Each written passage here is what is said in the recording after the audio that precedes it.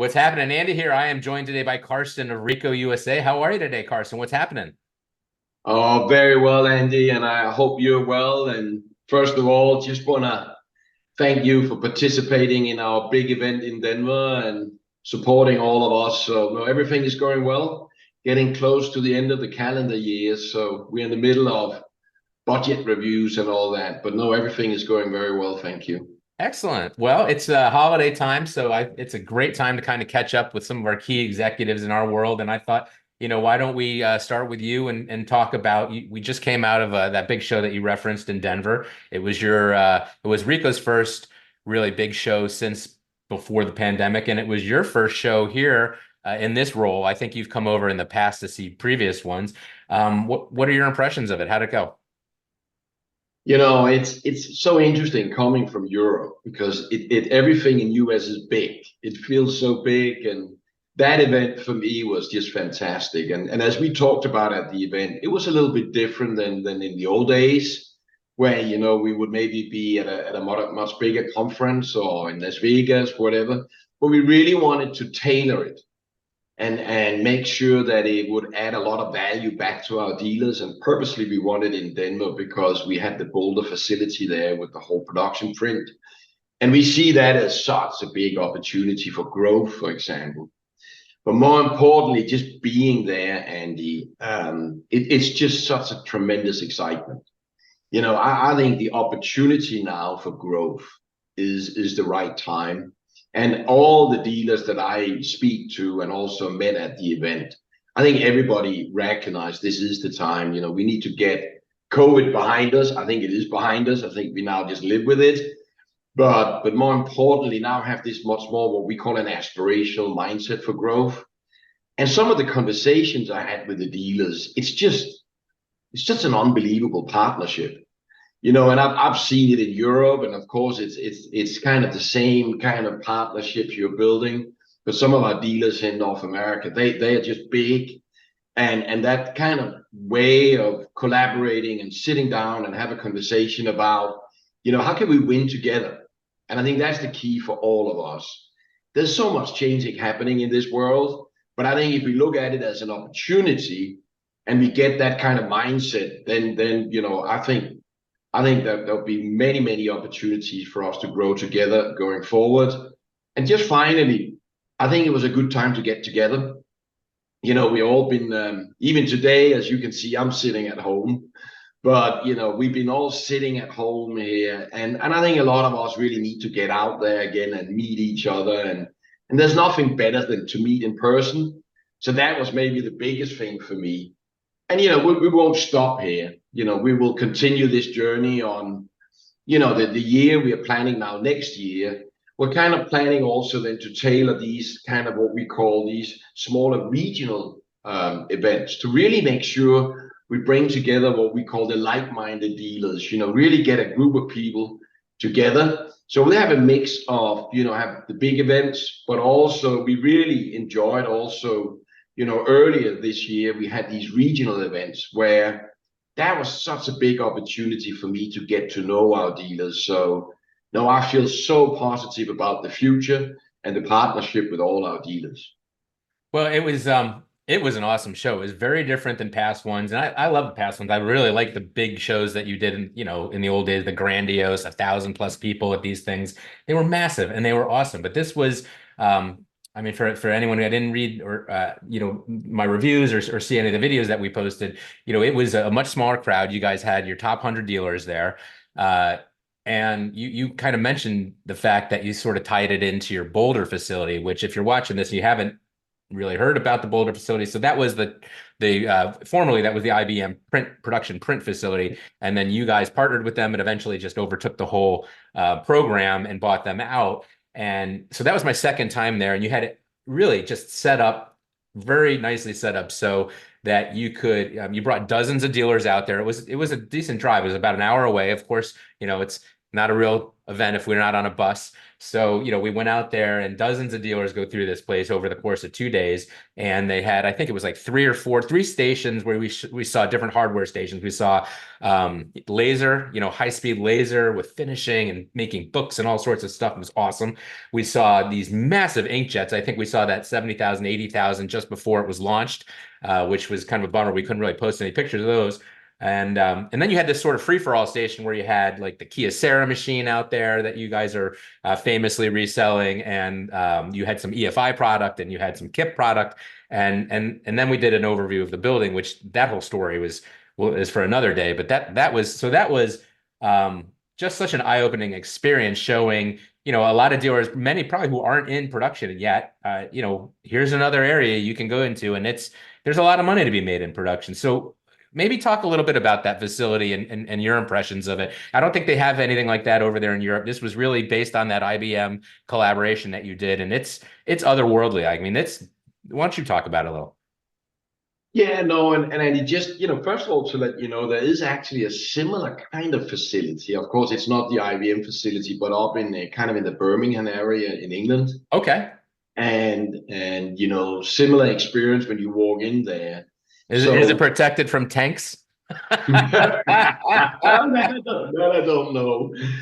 But as you said, I actually went to the facility the week before. I went on a 3-week travel around here in North America, and just arrived on the first day to really meet with the team there.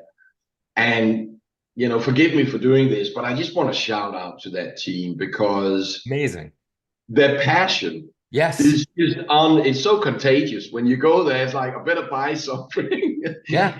But the commitment from them to, first of all, understand the technology, but still being so passionate about it. And when you do the tour and you walk around, it really shows you that print is not going away. Print may be different. And especially when you look at production print, it's just fascinating. Some of the It is fascinating. One of the things I thought was such a cool thing, part of that tour, was they had wrapped not all of them, but a lot of those machines, they had created wraps using some of your other technology, right? Like they do on the cars, and you see them on buses and whatnot, but they wrap these massive machines with messaging, and it wasn't just you were seeing the machines, you were seeing what the machines could do, but they were using the technology to kind of almost decorate, or it was so cool. It was a really good tour. No, I think it's one of those places still where it's absolutely worthwhile having all the products there. I think sometimes the way in the old days we called it having a showroom may not be the same in the future, because very often now in the hardware, it's more about, when you talk about MFPs, it's really more about the print solution you wrap around it and all that. But in the production print space, you still need subject matter experts. Yes. And the people we have there, and as you may have heard, since I arrived here, we're really trying to not create, but live a culture we call culture of excellence. And we see our employees being highly engaged. And when I'm out there, it's just like being with one big family. And the feedback I got from our dealers was that was perfect, because that's kind of so close to the day all the years we already been selling print. So having actually the event close to something like an asset, like that Boulder facility, I think was perfect. Now, of course, we need to think about the next one. Where do we want to put this? Because as we said, while we would love to be in some fun locations and all that, I think this moment of having this mindset about growth, my focus is to make sure the priority number one is, how can we add value? How can we support these dealers to drive growth going forward? And I think that facility was just one of the examples of Ricoh's investments. And we will continue invest in this space, because I still think, as I said, that area, we see that in our business overall is growing. Even the document volume is growing. So that's the perfect place now to really make some investments in. And what we're doing, Andy, with our dealers is we're really creating kind of an operating model where we will be ready to support dealers at kind of, if you're a major large dealer, sometimes, they got everything they need. They just need us to ship the hardware. Well, if you're a dealer that is an early stage of a startup or whatever, we want to make sure we help them on that journey because sometimes that can be a challenge. But this team, they are there every day and they're just ready to support all our dealers out there. Well, it was just a really nice show. And it was well done. It was you filled the time very well. You had a lot of breakout sessions. You kept us busy, and and then the entertainment was nice as usual. I mean, you always do a nice job with it, but kudos to you for breaking the mold and trying something a little different and doing this smaller show. What I liked about it was you really got the ability to kind of see everybody, right? I mean, I saw Yeah. people multiple times, and so with that big show, it's great because it's such a buzz to have that many people there. But you're lucky if you see everybody once, if not at all, if at all. Mm. So that was just well done, and I liked how you spread out the those regional shows. So you kind of alluded to let's talk. Why I still have you. Let's talk about 2024. I think you said you may be doing some more regional shows coming up this year, Yeah. and you had some success with them. What's coming down the pike from you guys in 24? First of all, we're trying, like, as you may remember, we kind of announced this kind of drive for 25. We kind of want to have this mindset. It doesn't mean 25% growth or we all need to get to a certain target by 2025. It's really having just an aspirational mindset. And I'm trying to implement that across the whole organization here that, we may not get to 25% growth, but if we get to double digit growth, where I think everybody has become a little bit too comfortable with, hey, 1 or 2 or 3% growth and we're all great and all that. Where for me, we need to think bigger. And when you have that mindset, magic happens. And all the dealers that I speak to, they are really, I was so positively surprised the way they all came to me and said, yeah, we're ready. And of course, they all recognize it's not 25. If someone can do 25, we are ready to be there with them. But that mindset is priority number one right now. And the whole budget planning we're doing is, our industry is having a bit of a tough time. I don't think anybody can deny the fact that, after COVID, we see some of the office print declining. But in the SMB space, for example, we see print pretty much coming back again. And that's where we're working with a lot of our dealers. But I also think we need to make sure we constantly will challenge ourselves to innovate. And the way we want to do that is, we are creating the digital factory, as we call it, working with our dealers, where we want to work on how can we support you to even resell other, even third-party software applications, and we maybe even support you delivering that. So have that kind of creative mindset about how do we grow without it becomes a too big burden, for example, on your cash flow or whatever. So that's kind of my main focus. But I will never stop focusing on our employees. And the way we're really truly implementing a culture here, and I won't call it really implement. We're now living a culture. We call it culture of excellence. And the reason why I bring this up is when I meet with a lot of our dealers, it resonates with them. And when I talk to them, I'm so impressed with how their employees are so committed working within these dealerships and how they talk about the partnership with especially Jim Caridi's team. Yeah, it's just amazing. I'm not sure always these dealers are buying from Ricoh. Maybe they're buying from Jim's team. You're gonna But find out someday. You're gonna what I find mean out. by that is as a compliment. Yeah. Yeah, But what I you're mean by it is, I think that loyalty from his team, working with all the dealers, it just feels like an incredible partnership. And I think a lot of it is based on trust. And that's what we need to now really get us all out of that comfort zone and say, now we need to think a little bit bigger. And that's what we're doing across the company. But beside that, as I said, we are continually focusing on talent development. First of all, make sure we train our existing employees because, most companies or industries I speak to, it's all about digital. Even when you talk to banks these days, they say, I'm not a bank, I'm a technology company. yeah. So we really need to make sure that we all get this kind of a bit of a digital mindset so we can be more agile and then adjust and react to it. And that's where, Jim and his team is just doing so well with our dealers. And that partnership will make sure that we get more of the rest of the Ricoh organization closer to these dealers so we can listen to them every day and then really respond accordingly. But it's all about having a growth aspiration. I don't think anyone any longer can just live on have this inward focus. So we're really getting a much more focus on what we call our customers and our partners. And we saw it, Andy, this year without going into any detail, but North America's results are really promising, and we continue to see better and better results every year.